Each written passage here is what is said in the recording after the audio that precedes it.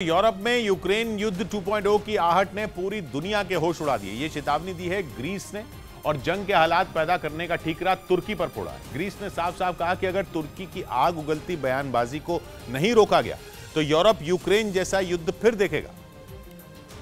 और ग्रीस ने NATO, UN और यूरोपियन यूनियन को इस बारे में चेताने के लिए खत भी लिखा था और तुर्की के राष्ट्रपति रजब तायिप एर्दोगान के भड़काऊ बयानों की शिकायत की थी।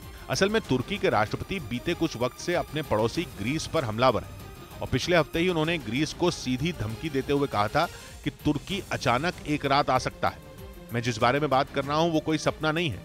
वक्त आने पर तुर्की वो करने के लिए बिल्कुल तैयार है जिसकी जरूरत है। मतलब तुर्की के राष्ट्रपति ने खुलेआम ग्रीस पर मिलिट्री एक्शन की धमकी दे डाली।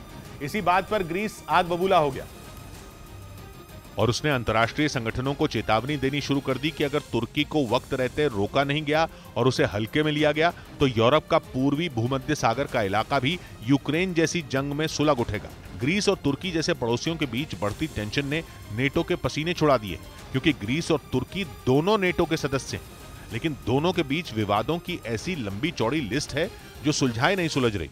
समुद्री सीमा के झगड़े से लेकर एजियन सागर के टापुओं के हक तक, नेचुरल गैस से लेकर एयर स्पेस बाउंड्री तक, तुर्की और ग्रीस के बीच कई मुद्दों पर 36 का आंकड़ा है। इसलिए तुर्की और ग्रीस की तनातनी ने रूस को आंखें दिखा रहे नेटो की अंदरूनी कलह की पोल खोल कर रख दी है। दोनों देशों का झगड़ा नेटो में बड़ी फूट की तरफ इशारा कर रहा है।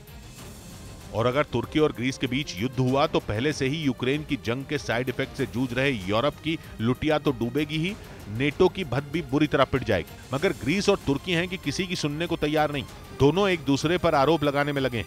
ग्रीस और तुर्की के बीच में एजियन सागर है और तुर्की का आरोप है कि उसके तट के पास ग्रीस एजियन सागर के टापुओं पर अपनी सेना की मौजूदगी बढ़ा रहा है, जो कि अंतर्राष्ट्रीय संधियों का उल्लंघन है। इन वजहों से दोनों देश बीते 50 साल में 3 बार जंग के करीब आ चुके हैं और अब पूरी दुनिया की सांसें इस बात पर अटकी हैं कि कहीं इस बार दोनों के बीच दशकों से चले आ रहे विवाद जंग भड़का ही न दे।